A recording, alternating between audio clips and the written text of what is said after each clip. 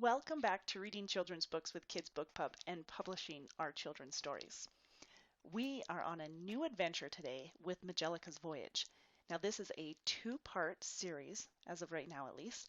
Magelica's Voyage, and then the second in the series is Magelica's Voyage, The Rescue. And this is by Louise Courey Nadeau.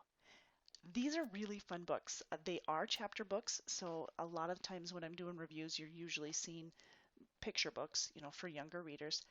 This age level is probably second, third, and fourth graders. Those who are trying to or starting to get into the whole chapter book type stories. This is fantastic, mostly because it's a good story. Like it really kind of wraps you around it. It starts off by saying, "Once upon a time, a fairy tale touched the world," which I like the way that it sounds. I love how it just brings you in right away. But once you read the story, at least for myself, I didn't so much think of it as a fairy tale, but an adventure. And I think that's why it really it captured me. I mean, because it sounded kind of silly, but it did. Like I was really wrapped up in the story. I loved it. It was fun to read. I was going through the pages quite quickly, and my kids right along with me. And it's not the fairy tale that you think of where you've got Prince Charming who comes to save the princess. It really is an adventure. And this young lady, which is Magelica, and her best friend Triss, who's a dragon, a pet dragon, they go on an adventure to find out a little bit more about Magelica's past, where she came from, what her purpose is.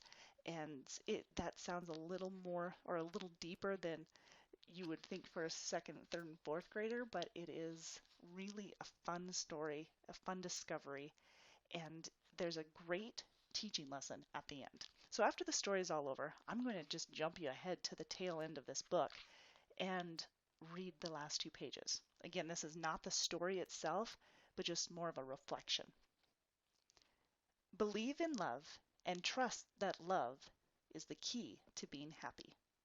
Now, when I read that, I immediately was thinking Gabby Bernstein. And if you know her, she's written the book The Universe Has Your Back. But she's very positive, and she looks at love and trying to look at the positive side, basically, and to be imaginative and to believe in yourself. And that right here is what Magelica is trying to do. She's trying to believe in herself, trying to get that mindset. So the last two pages start. Make your life magical. In this very first voyage, Magelica discovers that wonderful things can happen when she uses her imagination, believes, opens her heart, and trusts in love. Take a few moments to answer these questions on your own or with a friend or favorite grown-up and find out how you can discover wonders in your own world. Use your imagination and believe. When was the last time you dreamed up all the things that you could, just for fun?